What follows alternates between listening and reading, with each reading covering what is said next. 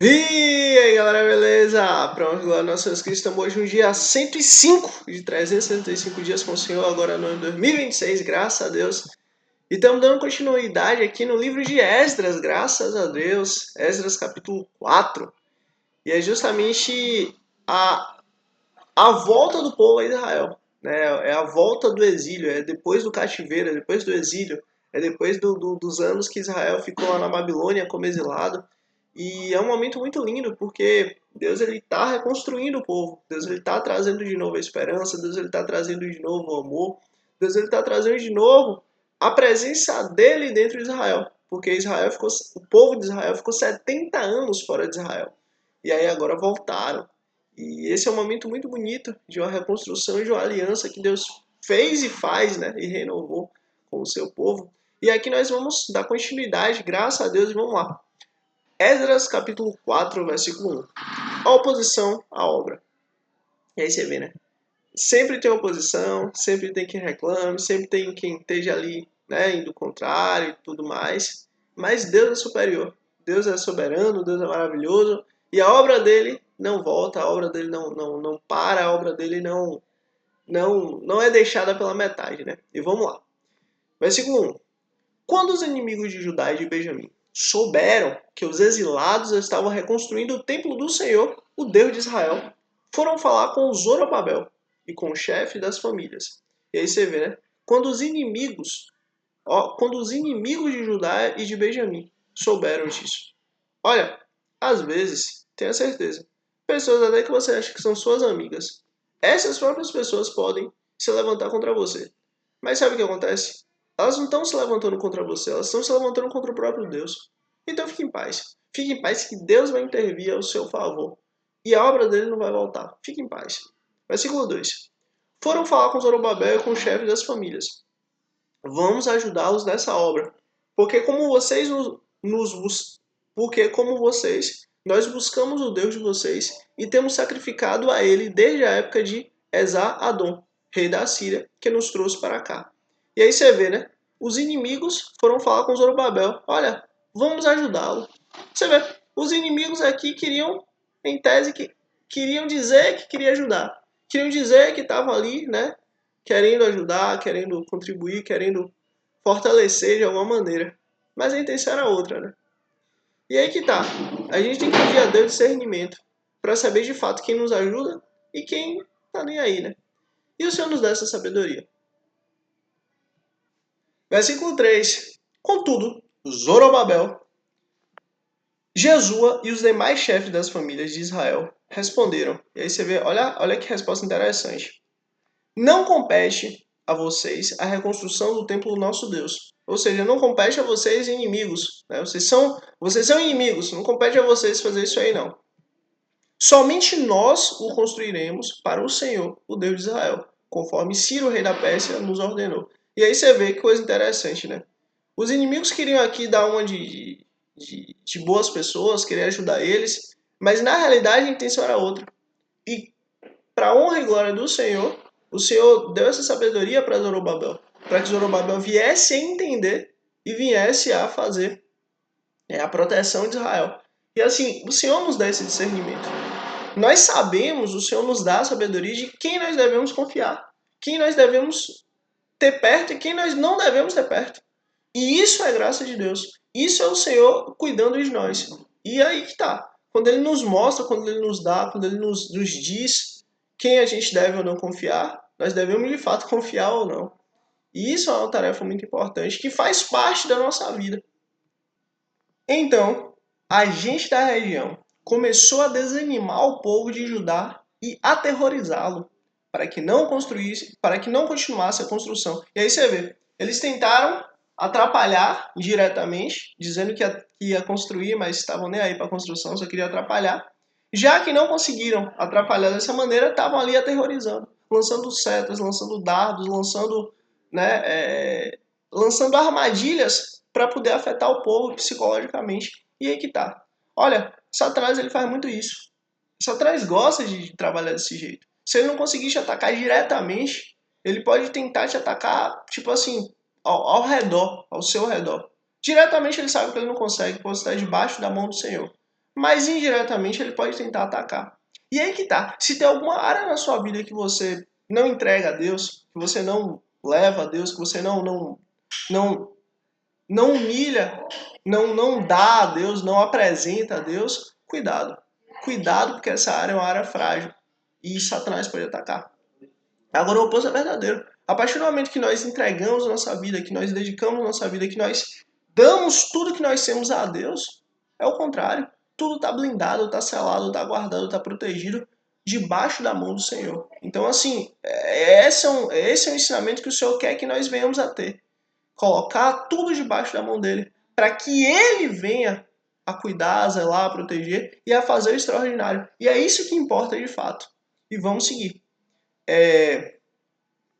Pagaram alguns funcionários para que se opusessem ao povo e frustrassem o seu plano. E aí você vê, eles chegaram a pagar funcionários para poder fazer o oposto, né? Eles deveriam ajudar, deveriam fazer, deveriam gerar, mas estavam fazendo o oposto. E isso acontece. Mas e fizeram isso durante todo o reinado de Ciro, até o reinado de Dario, rei dos persas. Ou seja, por um grande período. Por um grande período usou pessoas para poder atrapalhar, usou pessoas para poder difamar, usou pessoas para poder aterrorizar, usou pessoas para poder acabar com o andamento da obra. Mas aí que tá. A obra não é do homem, a obra é de Deus. A obra não é o homem que está fazendo, não é o homem que está construindo. Vem do coração do Senhor. Então, assim, operando Deus, quem pode impedir? Operando Deus, quem é que pode ser contrário? Não existe. Não existe isso. A oposição do reinado de Xerxes e Artaxerxes. No início do reinado de Xerxes, no início do reinado de Xerxes, apresentaram uma acusação contra o povo de Judá e de Jerusalém. E aí você vê, os inimigos tentaram se opor diretamente, não conseguiram, tentaram se opor indiretamente e estavam, né, de alguma maneira conseguindo alguma coisa. E agora, não satisfeitos, foram até o superior lá e apresentaram acusação direta. E nos dias de Artaxerxes, rei da Pérsia, Bislão, Mitrage, Tabel e o restante dos seus companheiros escreveram uma carta a Artaxerxes. A carta foi escrita em aramaico, com caracteres aramaicos. O comandante Reum e o secretário Sinsai escreveram uma carta contra Jerusalém ao rei Artaxerxes. E olha, deixa eu pontuar uma coisa aqui, que é o seguinte. Todos durante a história que se levantaram contra Israel, contra o povo judeu, contra os filhos de Abraão, Isaac e Jacó, todos, sem exceção, pagaram. Então, assim, não se levante contra Deus. Porque se você se levanta contra o Filho de Deus, você está se levantando contra o próprio Deus. Hoje, o Filho de Deus é quem crê em Cristo. Hoje já não há mais uma possibilidade de reconhecermos, digamos assim. Todos que creem em Cristo como Senhor e Salvador, e confessam a Cristo como Senhor e Salvador, é filho de Deus. E aí que está a questão. Não se oponha contra seu irmão, porque você não sabe se seu irmão, ele de fato, está com o Senhor ou não. Então, não lute contra Deus. Pelo contrário, ame seu irmão, tolere seu irmão. Pode ser que você não tenha tanta afinidade com seu irmão. Não precisa ser viver dentro da casa dele. Mas, entregue ele a Deus. Sabe por quê? Ore por ele. Porque o que você faz pelo seu irmão, você faz por Deus. E vamos continuar. Versículo 9. O comandante Reum e o secretário Sinzai e o representante de seus companheiros, os juízes e os oficiais de Tipoli, da Pérsia e de Ereque e da Babilônia, os Elamitas e os Suzã, e outras nações que o grande e renomado Azubanipal deportou e assentou na cidade de Samaria e noutros lugares ao oeste do Eufrates, escreveram nos seguintes termos. Olha quanta gente. Olha a estatura do que ele fez aí, do que eles levantaram para poder ir contra Judá e Israel. Esta é uma cópia da carta que lhe enviaram ao rei Artaxerxes, dos seus servos que vivem a oeste do Eufrates. Informamos ao rei que os judeus que chegaram a nós da tua parte vieram a Jerusalém e eles estão reconstruindo aquela cidade rebelde mar. E aí você vê, aquela cidade rebelde mar. Meu Deus. Eles estão fazendo reparos nos muros e consertando os alicerces. Olha, que coisa... Que averiguação interessante, porque assim, ó, Muro é segurança, muro é proteção. Muro é literalmente a proteção e a segurança para quem está dentro. E alicerce é o quê? É a base, é a fortaleza, é a segurança. É a garantia de que aquela obra vai ficar de pé. Ou seja, os próprios inimigos de Israel estão constatando que Israel está fazendo ali uma renovação, um reparo. Está ali trazendo um reparo, uma mudança, um aperfeiçoamento daquilo que estava ruim. Ou seja, os próprios inimigos estão reconhecendo que a reforma está acontecendo. Os próprios inimigos estão reconhecendo que, olha, algo era ruim, algo caiu, mas a reforma daquilo está ocorrendo. Isso é muito bom. Sabe por que isso é muito bom? Porque, assim, não é algo que só as pessoas estão vendo e vivendo, mas é algo que o mundo está compreendendo. Olha, você é a Bíblia que o mundo lê. Através de você, Deus chega em outras pessoas. E todas as nações nesse momento estavam vendo Israel sendo reparada, sendo melhorada, sendo aperfeiçoada. E diga-se de passagem, um povo que todos os povos odiavam, um povo que todos os povos lutaram contra, um povo que todos os povos se uniam contra Israel. E esses povos todos que se uniam, o que aconteceu? Já não existe mais. Então, assim, só Israel ficou de pé. Só Israel estava firme. Só Israel estava alicerçado. Então, assim, isso tudo mostra que, de fato, o Deus de Israel é poderoso. Fez o povo ir para o exílio, passar 70 anos, mas fez o povo voltar. E está fazendo agora o povo se renovar. Está fazendo agora o povo se reparar. Está trazendo uma renovação, uma reparação.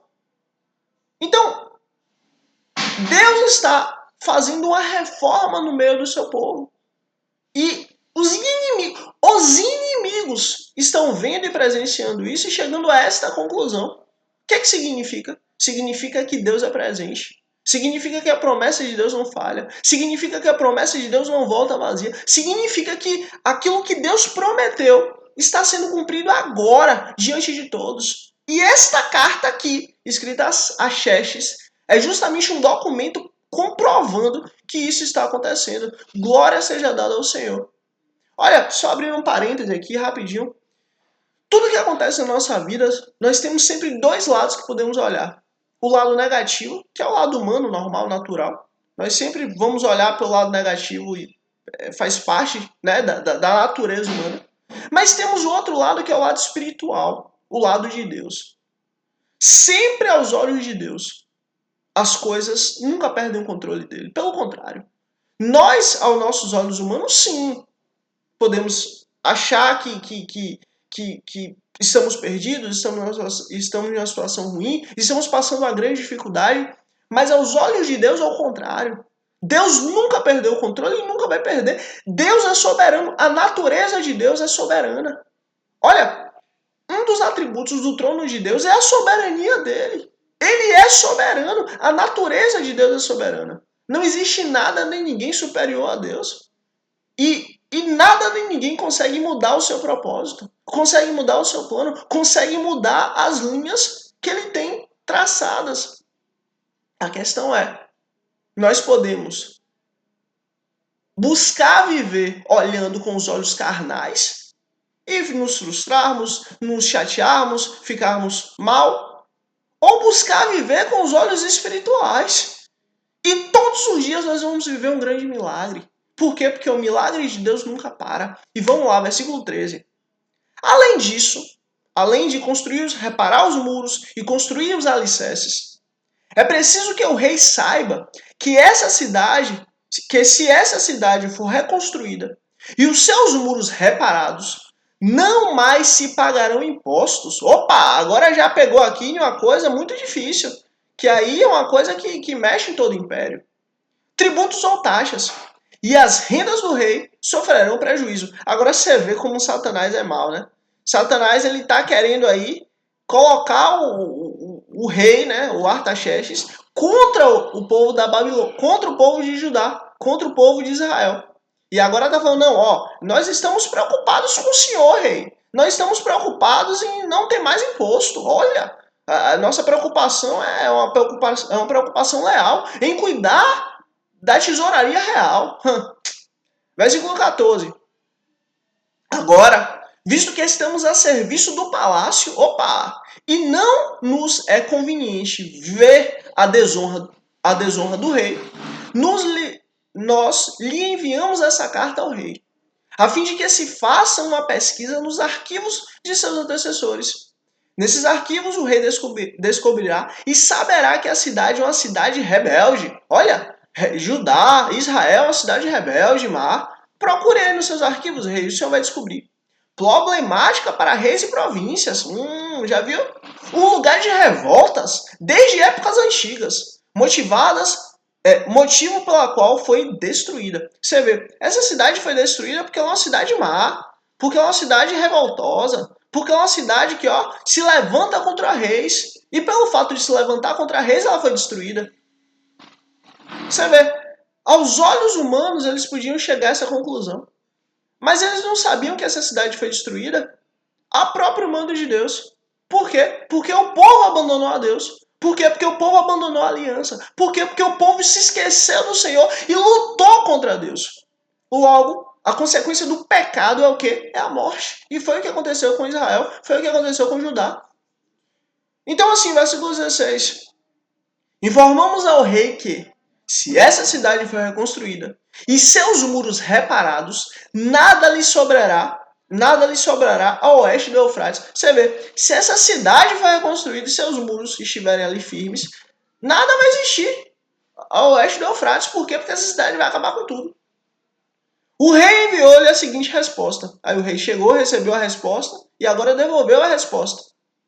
Ao comandante Reum, ao secretário Sinzai e aos seus demais companheiros que vivem em Samaria e em outras partes do oeste do Eufrates. Saudação e paz. Versículo 18. Olha a resposta do rei. Presta atenção. Essa resposta aqui é do próprio rei Artaxerxes. A carta que vocês nos enviaram foi traduzida e lida na minha presença. Sob as minhas ordens, fez uma pesquisa e descobriu que essa cidade tem uma longa história de rebeldia contra os reis e que tem sido um lugar de rebeliões e revoltas. Você vê, realmente é uma cidade terrível. Realmente é uma cidade de rebelião, de revolta. Nós achamos isso nos arquivos. É uma cidade terrível. Olha, é uma cidade, problemática. Versículo 20. Jerusalém teve reis poderosos que governaram toda a região a oeste do Eufrates, aos quais se pagavam impostos, tributos e taxas. Ordene agora a esses homens que parem a obra, para que essa cidade não seja reconstruída enquanto eu não mandar. Tenham cuidado, não sejam negligentes nesse assunto, para que os interesses reais não sofram prejuízo. E agora você vê, o rei Ciro ele tinha feito um decreto colocando o povo para poder fazer o templo de Deus. Só que esse rei Artaxerxes ele já veio baseado ali em uma informação imprecisa, uma informação baseada no homem, uma informação baseada na perspectiva humana. E por causa dessa visão, agora o rei Artaxerxes mandou parar a obra. Parar a obra do templo de Deus. Parar a obra da casa do Senhor. Só que aí que está uma questão, isso é muito interessante. Quem é que pode se opor a Deus? Quem é que pode ser contra o Senhor? Quem é que pode ser contra os desígnios do Senhor? Bora ver o que é que vai acontecer. Versículo 23. Lida a cópia da carta ao rei Artaxerxes para Reum, para o secretário Sinzai e para os seus companheiros. Eles foram depressa a Jerusalém e forçaram os judeus a parar a obra. Assim, a obra do templo de Deus em Jerusalém foi interrompida e ficou parada até o segundo ano do reinado de Dário, rei da Pérsia. E aí você vê que coisa interessante, né? Aqui, humanamente falando, a obra foi parada. Humanamente falando, a obra foi interrompida. Só que eu volto e faço uma pergunta para você. Quem pode se opor a Deus? Quem pode lutar contra Deus? Quem tem a capacidade de se voltar contra Deus e vencer? Vamos continuar. Esdras capítulo 5. A carta de Tatenai a Dario. Ora, o profeta Ageu, homem de Deus. O profeta Ageu, ele é um homem de Deus. Se Deus quiser, nós vamos ler um livro dele, que é muito lindo. E o profeta Zacarias, também outro homem de Deus, que também, se Deus quiser, nós vamos ler outro livro dele. Se Deus quiser, vamos chegar lá. Ora, o profeta Ageu e o profeta Zacarias, descendentes de Ido, profetizaram judeus de Judá e de Jerusalém, em nome do Senhor, do Deus de Israel, que estavam sobre eles. Olha a profecia que Deus falou, olha a profecia que Deus deu. Olha a profecia que Deus cumpriu, tanto em Judá, representando Judá, né, os descendentes de Davi, e Jerusalém fica em Judá. Mas é justamente Deus mostrando, olha, eu estou presente no meio do meu povo, para que todos vejam e ouçam. Por isso que Deus mandou logo 2 para poder a mensagem chegar firme. Então Zorobabel, filho de Sealtiel, e Jesua, filho de Josadaque, começaram a reconstruir o templo de Deus em Jerusalém. E os profetas de Deus estavam com eles e os ajudavam. Você vê, é homem que vai interromper a obra? Não. É homem que vai dizer, não pode? Não. É homem que vai parar a obra de Deus? Não existe isso. Operando Deus, quem impedirá? Acabou. Tatenai, governador do seu território, ao oeste do Eufrates, Setar-Bozenai e seus companheiros foram logo perguntar a eles: quem os autorizou a reconstruir esse templo e estes muros? Quem foi? Diga aí, quem foi que autorizou? Quem foi que autorizou isso aí? Porque tem um decreto dizendo que não vai construir. Agora vocês estão construindo. Quem foi que mandou? Versículo 4. E como se chamam os homens que estão construindo este edifício? Olha, quem foi que mandou construir de novo? Quais são os homens? Quais foram os homens que estão construindo? Bora, eu quero saber. Mas os olhos do seu Deus estavam sobre os líderes dos judeus, e eles não foram impedidos de trabalhar, até que um relatório fosse enviado a Dario, e dele se recebesse uma ordem oficial a respeito do assunto. E agora você vê coisa interessante. Olha, Deus está com os olhos sobre sua vida. Você não precisa de permissão de homem, de terra, de nada. Você só precisa da permissão de Deus. Se Deus coloca algo no seu coração e ele faz aquilo queimar, saiba que aquilo pode vir na mão dele, porque pode ser que não venha. Mas se você coloca aquilo na palavra de Deus e aquilo se mantém firme, sólido, seguro, que vale a pena, pode fazer.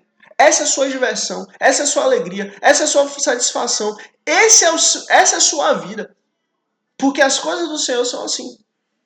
São as coisas que o Senhor coloca no nosso coração, e mesmo que ninguém veja, mesmo que ninguém entenda, mesmo que ninguém chegue àquela conclusão, não importa.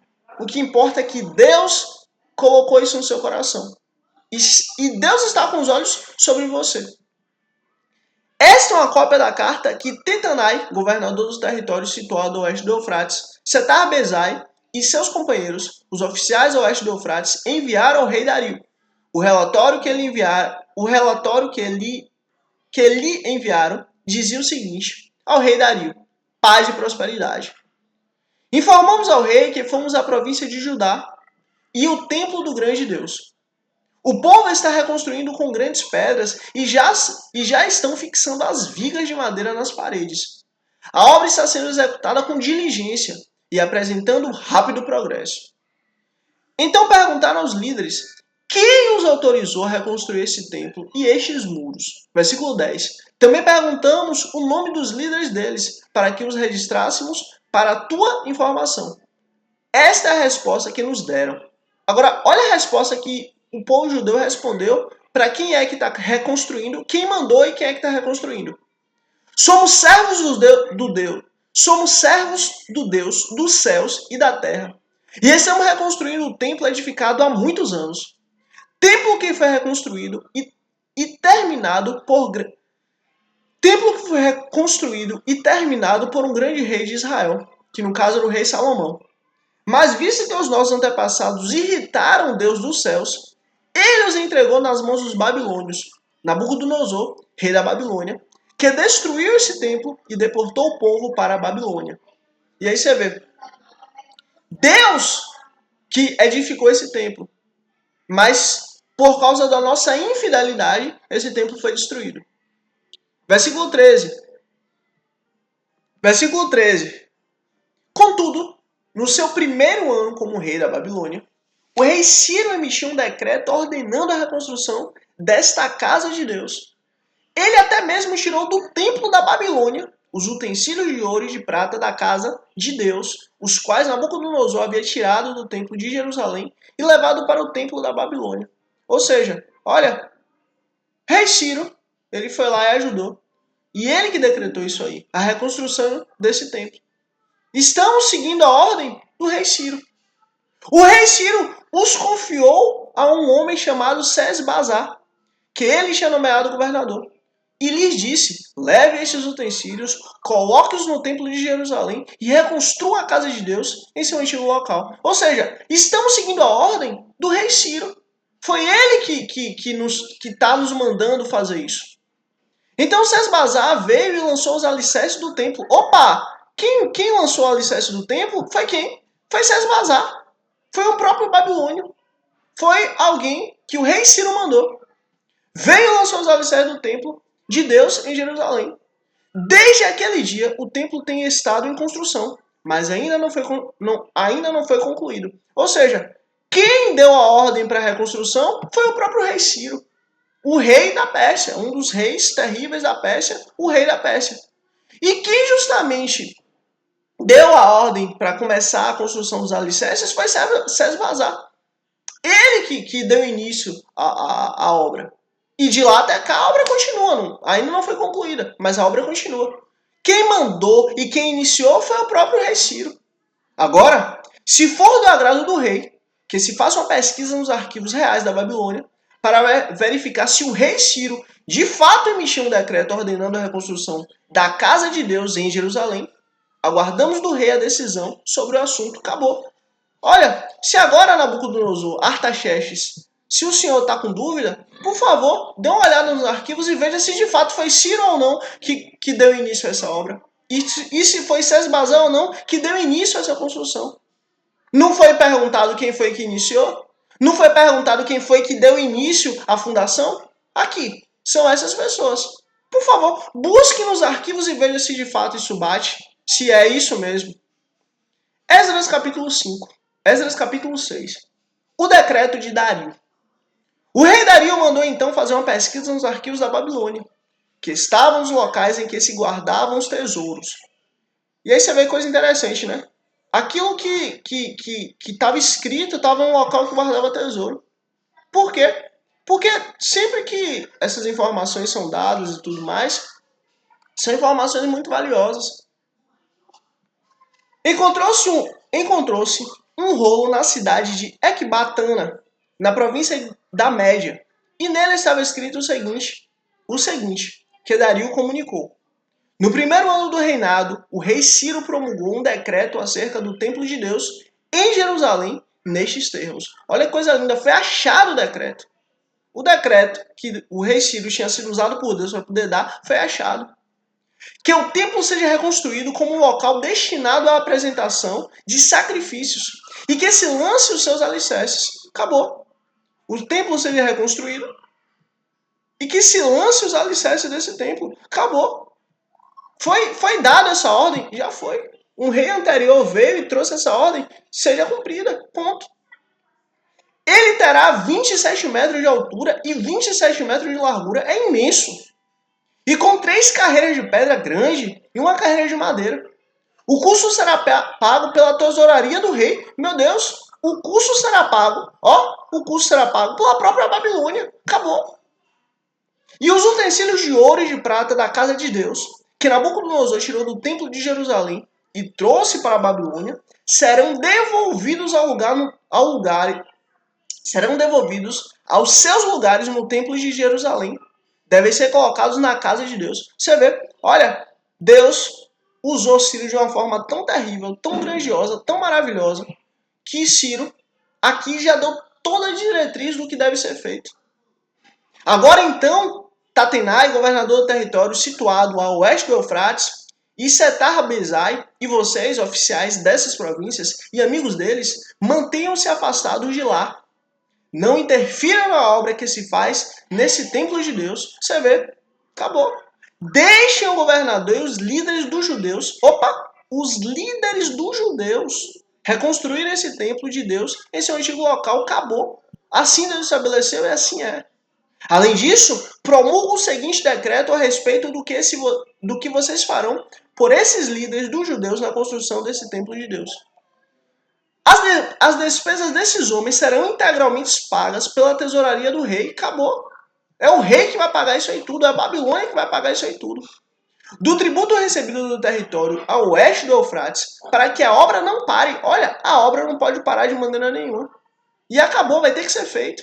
E o que for necessário, novilhos, carneiros, cordeiros para os holocaustos, oferecidos ao Deus dos céus, e trigo, sal, vinho, azeite, conforme for solicitado pelos sacerdotes em Jerusalém. Ou seja, olha, vai voltar a ter sacerdote, vai voltar a ter sacrifício, vai voltar a estabelecer a cultura deles, a base deles, não importa. Vai ser do jeito que eles estabeleceram, do jeito que eles querem.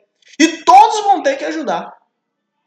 Tudo deverá ser entregue diariamente a eles, sem falta, para que ofereçam sacrifícios agradáveis ao Deus dos céus e orem pelo bem-estar do rei e dos seus filhos. Acabou. Olha, nós queremos ser dessa maneira e assim será. Ponto.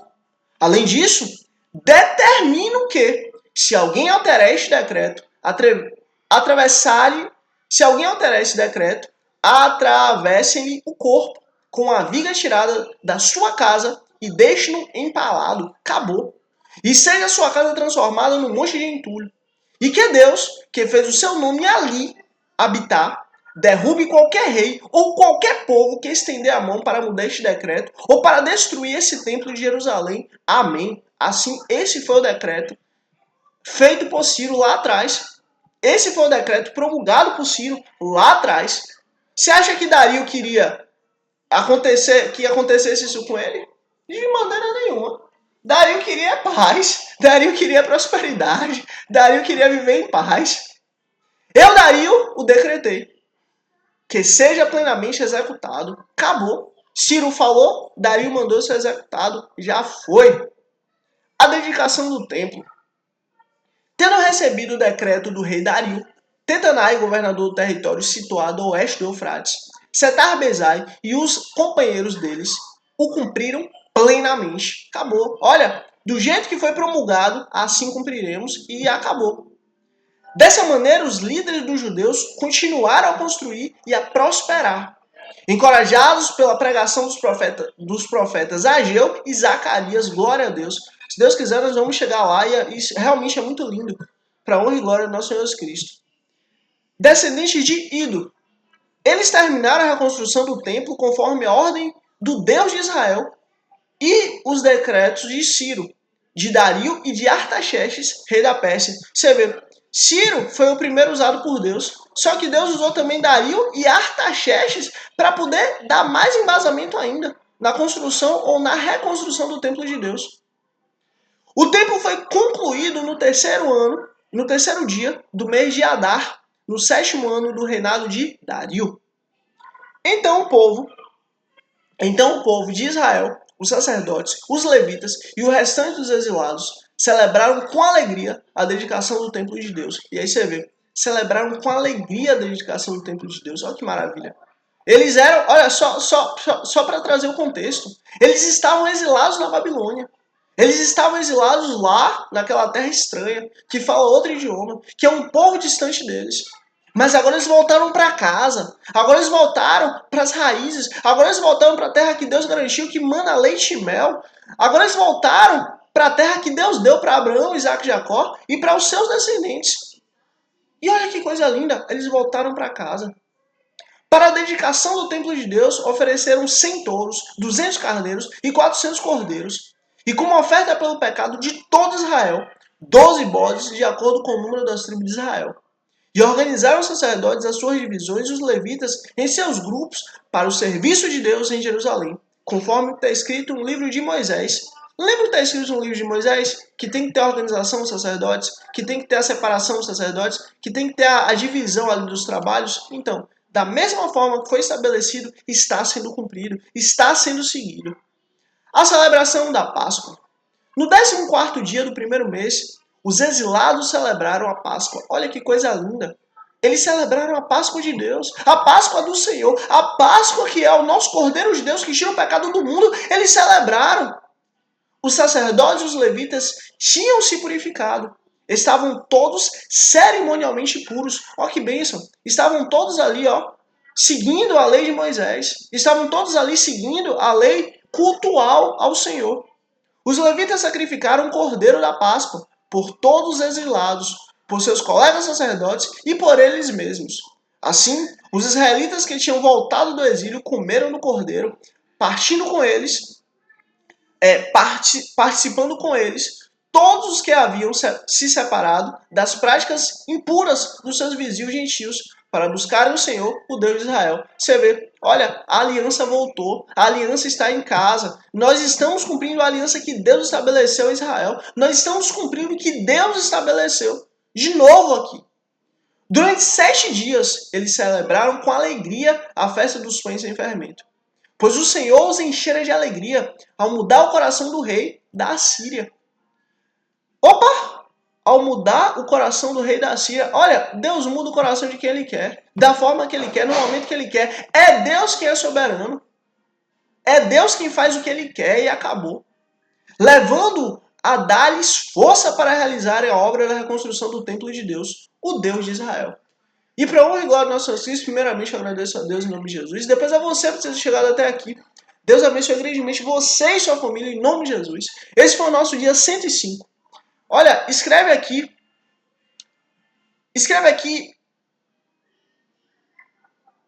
Israel. Escreve aqui Israel, para eu saber que você chegou até o fim. Escreve aqui Israel, para eu saber que você chegou até o fim. Curte aqui, para que você seja um instrumento de Deus para levar o reino dos céus para mais pessoas, mais vidas, mais almas, em nome de Cristo Jesus. Se inscreve aqui para amanhã, dia 106, estarmos aqui juntos e continuarmos essa história maravilhosa que mudou a humanidade, meu Deus. E é isso. Let's bora que Deus é bom, que importa. Mais uma vez, Deus abençoe grandemente você e sua família, em nome de Jesus. Até amanhã, dia 106, em nome de Cristo Jesus. Amém.